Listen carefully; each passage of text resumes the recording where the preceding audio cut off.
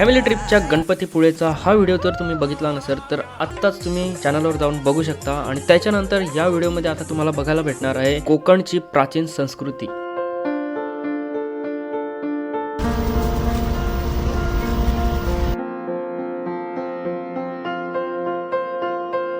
चला आता काय जाऊ आपण प्राचीन कोकण बघायला, कोकणची संस्कृती कशी होती, कशा प्रकारे, तर ते कसं आहे ते आपण बघू आत्ताच्या या व्हिडिओमध्ये। गणपतीपुळेच्या मंदिरानंतर, गणपतीपुळे बीच नंतर आपण चाललो आहे प्राचीन कोकणामध्ये, त्याच्यानंतर आपण परतीच्या प्रवासाला निघू।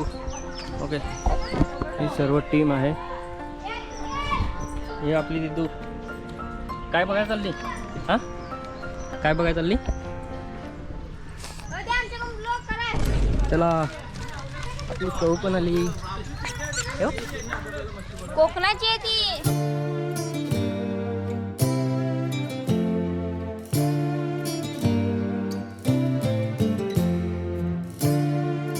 प्राचीन कोकण म्युझियमचं हे तिकीट घर आहे आणि इथून तुम्हाला थोडीफार माहिती दिली जाते कशा प्रकारे फिरायचं आहे। आणि गाईड हा कंपल्सरी असतो प्रत्येक ग्रुपमध्ये।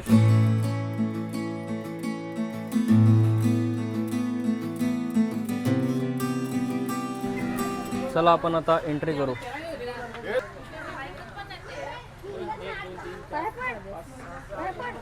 फोटोग्राफी आणि व्हिडिओग्राफीसाठी हा ID कार्ड भेटतो आपल्याला, तो कंपल्सरी वेअर करणंच आहे। ही सगळी मंडळी आपली बसलेली आहे। प्राचीन कोकणमध्ये आपल्याला गाईड भेटतो आणि गाईड करूनच पूर्ण माहिती भेटते। तर चला या गाईड ताईंकडून आपण पूर्ण माहिती ऐकू, कसा होता प्राचीन कोकण, कोकण कसा आहे हा एक्झॅक्ट माहिती घेण्यासाठी हे म्युझियम खूप सुंदर आहे। नमस्कार, मी सानिका प्राचीन कोकणमध्ये आपले स्वागत करते। Konkan tourism development and research centre ही आमची संस्था आहे। या ठिकाणी आम्ही पर्यटनातून रोजगार निर्मिती हा विषय घेऊन येथे काम करत आहोत। आपली संस्कृती ही निसर्गातून फुललेली आहे। पूर्वजांनी विविध वनस्पती व प्राणी यांना दैवत्व बहाल करून त्यांच्याविषयी कृतज्ञता व्यक्त केली आहे। पूर्वी प्रत्येक गावात राखीव जंगल असे, त्याला देवराई असे म्हणत, त्यातील वनस्पती व प्राणी यांची हत्या केल्यास ते पाप समजले जाई। विविध धार्मिक ग्रंथांचा अभ्यास करून आम्ही येथे एक नक्षत्र बाग तयार केली आहे। प्रत्येकाच्या जन्म नक्षत्रानुसार एक वृक्ष आराध्य वृक्ष म्हणून मानला जातो। त्याची पूजा अर्चा केल्यास त्या व्यक्तीला धन, सौख्य, आरोग्य प्राप्त होते। तुम्ही एक्झिट करताना बाहेर लावलेला बोर्ड वाचू शकता। आपण कोकणी माणसे वड, पिंपळ यांना पवित्र मानतो, तसेच त्यांना दीर्घायुष्याची प्रतीके मानलेली आहेत। याला पिंपळ पार असे म्हणतात, कारण हा जो दगडी कट्टा बांधलेला आहे त्याला कोकणी भाषेत पार असे म्हणतात। हा पार सुमारे 400 वर्षापूर्वी बांधण्यात आला। हा जेव्हा बांधण्यात आला तेव्हा येथे एक पिंपळाचे रोप लावण्यात आले, म्हणजे हा पिंपळ सुद्धा 400 वर्षापूर्वीचा जुनाच आहे। हा शिलालेख आहे। या शिलालेखावर लिहिलेली कविता कवी माधव यांनी 100 वर्षापूर्वी लिहिली।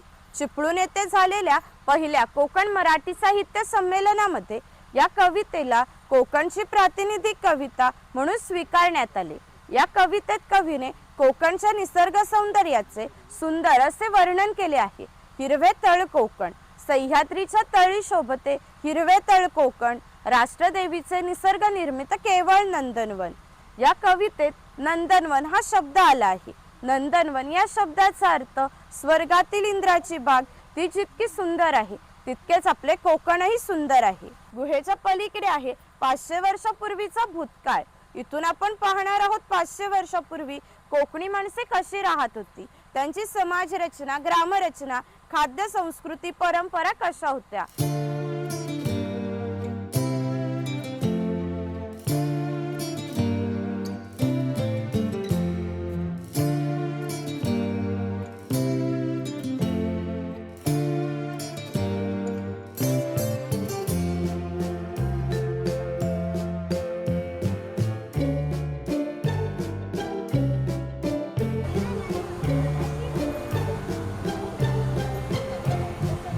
कोकमच्या फळापासून कोकम आगळ किंवा कोकम सरबत तयार केले जाते। तसेच त्यांच्या बियांचे तेल काढून त्या तेलाचा वापर कैलास जीवन सारख्या क्रीम मध्ये केला जातो। हे आहेत भगवान परशुराम। आपल्या पुराणात उल्लेख आला आहे की हजारो वर्षापूर्वी भगवान परशुराम होऊन गेले। त्यांनी संपूर्ण पृथ्वी जिंकून घेतली आणि जिंकून घेतलेली सर्व पृथ्वी त्यांनी दान केली। दान केलेली कोणतीही गोष्ट आपण स्वतःसाठी वापरत नाही, परंतु त्यांना राहण्यासाठी भूमी आवश्यक होती. आपण जिथे उभे आहोत तिथे हजारो वर्षापूर्वी समुद्र होता. त्यांनी त्याच्याशी युद्ध केले व त्याला 40 ते 50 किलोमीटर पाठीमागे ढकलले आणि या कोकण प्रदेशाची निर्मिती केली. या कोकण प्रदेशाला परशुराम भूमी असेही म्हणतात. कोकणामध्ये लाल रंगाचा जांभ्या नावाचा दगड मिळतो. त्या जांभ्या दगडाचा हा जो पक्का रोड बांधलेला आहे त्याला कोकणी भाषेत पाखाडी असे म्हणतात. सर्वसामान्यपणे अशा पाखाड्या ग्रामदेवतेकडे जाण्यासाठी बांधल्या जात असत. आपण सुद्धा या पाखाडीने प्राचीन कोकण मधल्या ग्रामदेवतेकडे जाणार आहोत. परिसर काय जबरदस्त. हा वनवासी आहे. कोकणातील दुर्गम पर्वतामध्ये वनवासी लोक राहत असत. त्यामध्ये भिल्ल कातकरी जातीचा समावेश होता. आम्ही येथे कातकरी समाज दाखवलाय. तिकडे वाघ आणि वाघाची गुहा दाखवले. या बाजूला गाव शिकार दाखवले.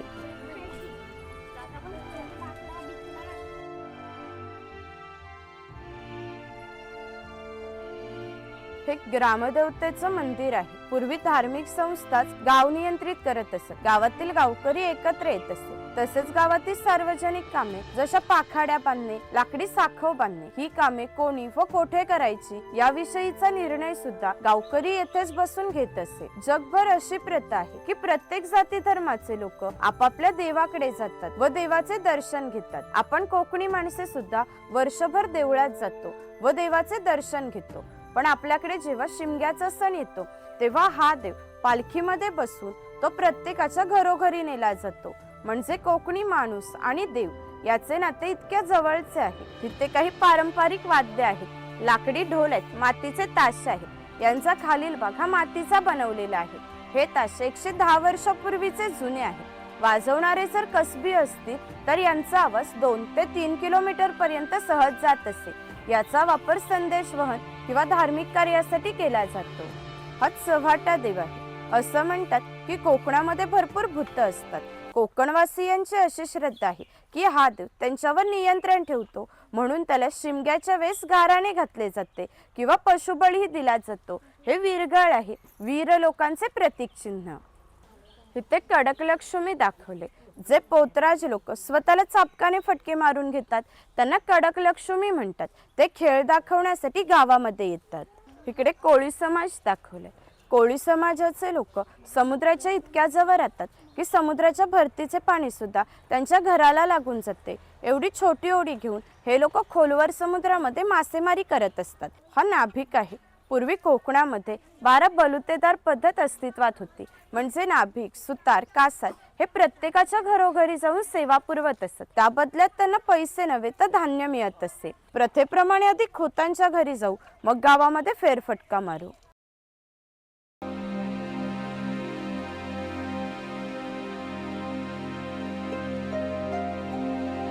हे खोत आहेत. राजाच्या गावातील थेट प्रतिनिधी म्हणजे खोत. धार्मिक व राजकीय बाबतीत पहिला मान हा खोतांचा असे.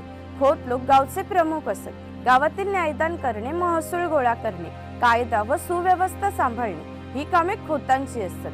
ही खोतांची बायको आहे. पूर्वी कोकणी स्त्रिया सुंदरही होत्या आणि शूरही होत्या, परंतु त्यांना स्वातंत्र्य नव्हते. मास घराचा उंबरठा हीच त्यांची मर्यादा होती.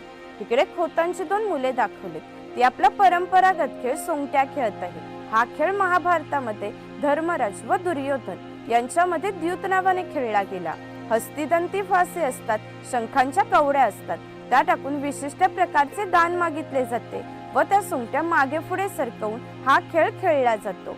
खेळणारे जर कसबी असतील तर हा खेळ 1 ते 2 रात्र सहज रंगत असे. इतका मजेशीर खेळ आहे. घराची रचना पहा.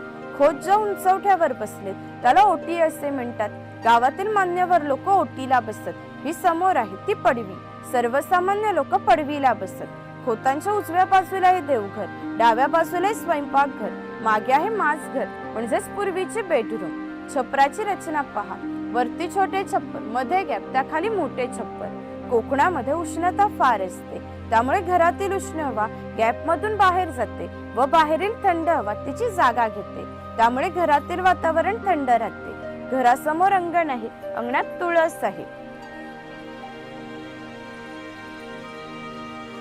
हा कुंभार आहे. गावातील मातीशी संबंधित कामे हा कुंभार करीत असे. गणपतीचे दिवस आले की लाल मातीचे गणपती तयार करणे, उन्हाळा आला की मातीची मडकी तयार करणे, दिवाळीचे दिवस आले की पणत्या तयार करून त्या प्रत्येकाच्या घरोघरी पोहोचवण्याचे काम हा कुंभार करीत असे.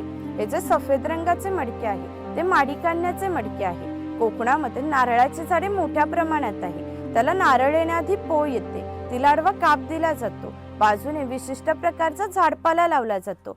तो झाडपाला तेलमाडी शोषून घेतो आणि थेंब थेंब गळणारी माडी हे मडके वरचेवर लावून त्यामध्ये साठवली जाते. काळाच्या ओघात 12 बलुतेदारांचे व्यवसाय नष्ट झाले, परंतु माडी काढण्याचा व्यवसाय अजूनही व्यवस्थित चालू आहे. हा सोनार आहे. सोनार हा गावातील महत्वाचा घटक होता. शिमगा, नवरात्र व अन्य वेळी ग्रामदेवतेला दागिने घालण्याचा मान हा सोनाराचा असे. हा वाणी आहे. चौल, राजापूर, दाभोळ या कोकणातील बंदरांना 5000 वर्षापूर्वीचा इतिहास आहे. या बंदरांमधूनच भारतीय व्यापाऱ्यांनी जगाशी व्यापार केला. येथून निर्यात होणाऱ्या वस्तूंमध्ये हस्तकौशल्याच्या वस्तू, हस्तिदंती वस्तू, शंख, शिंपले, हिरे, माणिके इत्यादी वस्तूंची निर्यात हा वाणी करीत असे.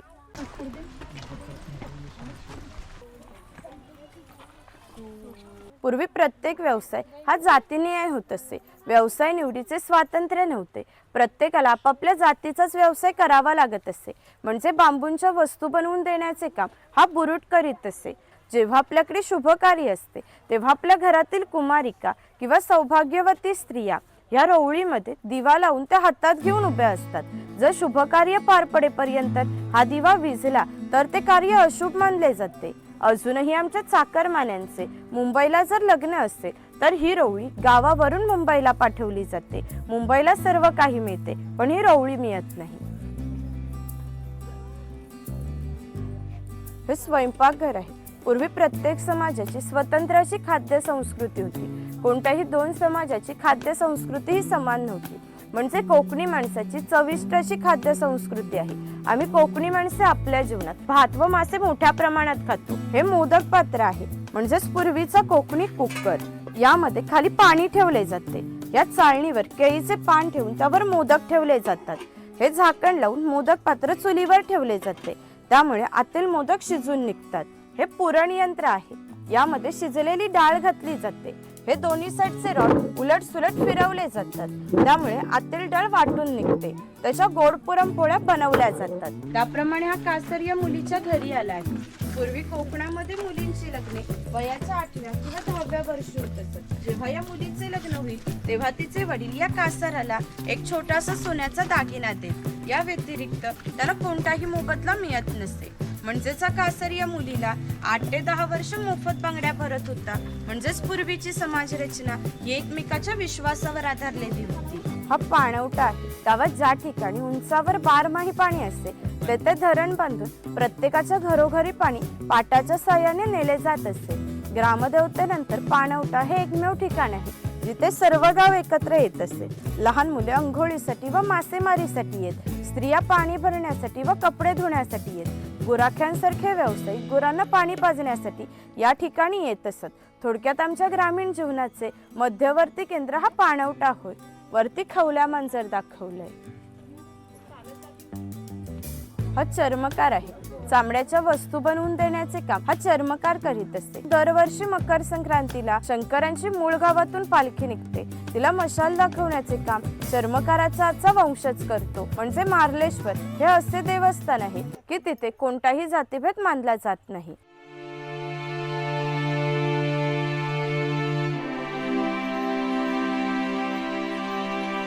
हा धनगर आहे. धनगर या मराठी शब्दाचा अर्थ ज्याच्याकडे भरपूर धन आहे. पूर्वी हा धनगर समाज इतक्या दुर्गम ठिकाणी राहत होता की तिथून त्याचा पहिला बस स्टॉप देखील 10 ते 12 किलोमीटर अंतरावर असते. हे लोक ज्यावेळी गावामध्ये येत असत त्यावेळी त्यांच्या पायामध्ये चामड्याच्या घाणा, हातात घुंगराची काठी व खांद्यावर फाटकी घुंगडी या वेशभूषेत येत असत. असे असले तरी प्रत्येक धनगर हा 100 ते 125 गायींचा, 5 ते 25 म्हशींचा मालक होता. ही कादभट्टी आहे.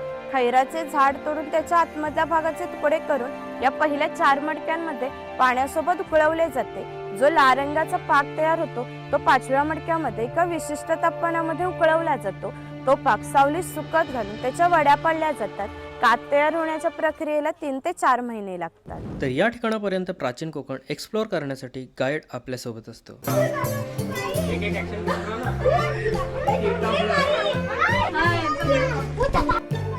ऍक्शन घेऊन राहा ना. ऍक्शन कर पाय. तिरका व्हायला लागलाय.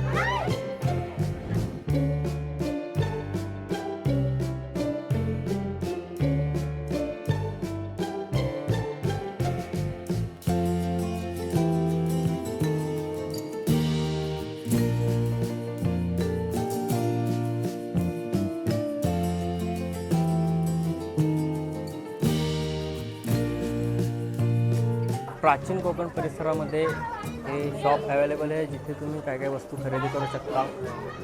काय काय काय खरेदी.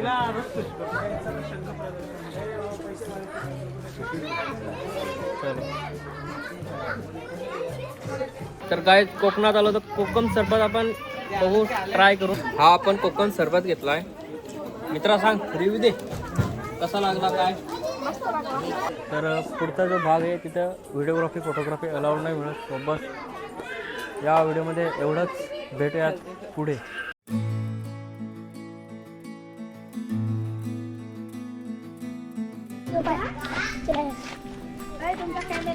आम्ही इतर आ गए हैं पहाड़ के नीचे. चांगला बोल ना. कॅमेरा चालू केलाय जरा. ओय आणि कॅमेरा चालू केला. कोकण कसा आहे हा एक्झॅक्ट माहिती घेण्यासाठी हे म्युझियम खूप सुंदर आहे. आमचे पूर्ण एक गाईडच्या सोबत एक परिक्रमा झाली. गाईडने जेवढे काही सांगितले ते तुम्हाला समजलेच असेल की प्राचीन कोकण होता कसा, आणि त्याच्यातल्या काही गोष्टी आता सध्या स्थितीला वापरात आहेत, सध्या स्थितीला चालू आहेत काही गोष्टी. चला आता भेटू पुढं जेवणाच्या टायमाला. चला, इथून झाली आपली एक्झिट. चलो. थोडा कोकणाचा सीन दाखवला आहे टी व्हीवर.